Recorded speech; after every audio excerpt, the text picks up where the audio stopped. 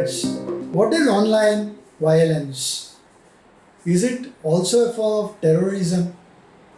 Bruce Hoffman, an American political analyst, says terrorism is a deliberate creation and exploitation of fear through violence or the threat of violence in the pursuit of political change. Friends, I suppose you have guessed it right.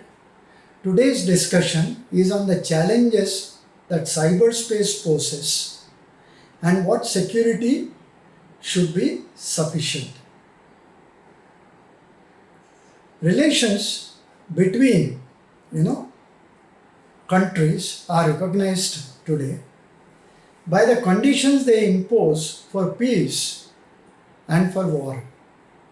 However, peace does not necessarily mean a lack of conflict, or lack of war does not mean major conventional or nuclear war between nations. Centuries do not follow. Countries do not wage full-blown wars anymore. They do not use conventional weapons either. Many of them would probably resort to economic wars. So the opponent's political and military power is threatened, cut down to size. Trade embargoes, boycotts, sanctions, tariff discriminations, freezing of capital assets, suspension of aid, prohibition of investment, and expropriation are all the new war tools. Whereas countries may wage a low-intensity war such as guerrilla attacks and terrorism to seize a limited initiative, disaffected groups and so-called revolutionaries may do the same for putting pressure on the governments. And some governments may even be involved directly by giving aid to insurgency movements. Even as the world is coming to terms with an ever-changing crime scenario, online crime, online violence, and online terrorism seem to be the new standards in the world of crime. WhatsApp, social media, and the ever-evolving internet are the vehicles. Now, with the lines blurring between cybercrime and cyberterrorism, are we not witnessing an increasing instances of them, be it in elections, like election meddling, dissemination of propaganda through social media, hacktivism, or targeting of critical infrastructures amongst others?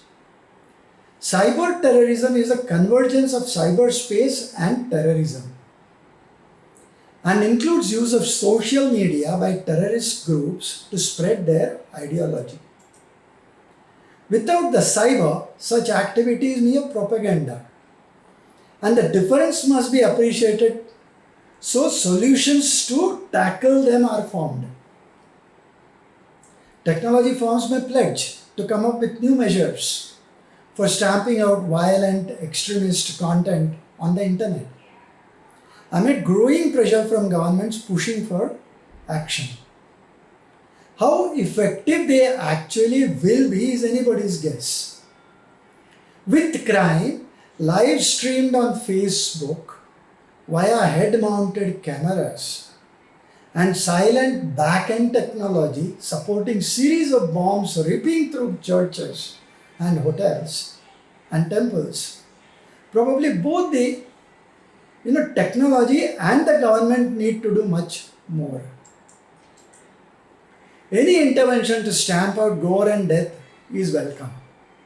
Recognition that the future is anchored in the cyber in times of war or in times of peace will augur well too.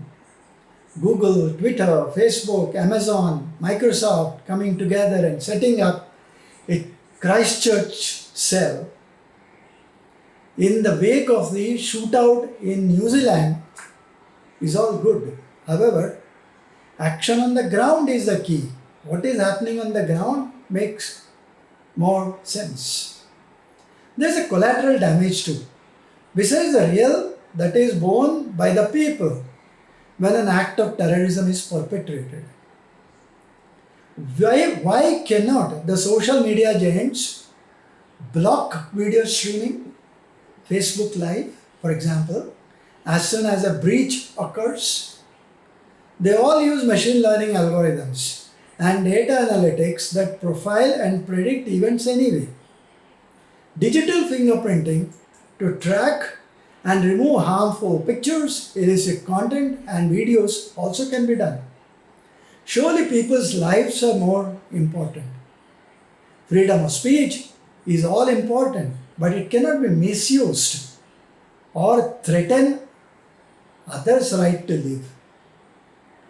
Every one of us uses social media for propaganda and for entertainment. Politicians and political parties use it for political gains. We often complain that media companies must prevent their platforms from broadcasting cyber violence, but hardly follow rules or ethics in the use of social media ourselves. How does one stop hate speeches by political parties? If there are supporters for them, there are also who oppose them. One speech could eventually cross the line and cause mayhem.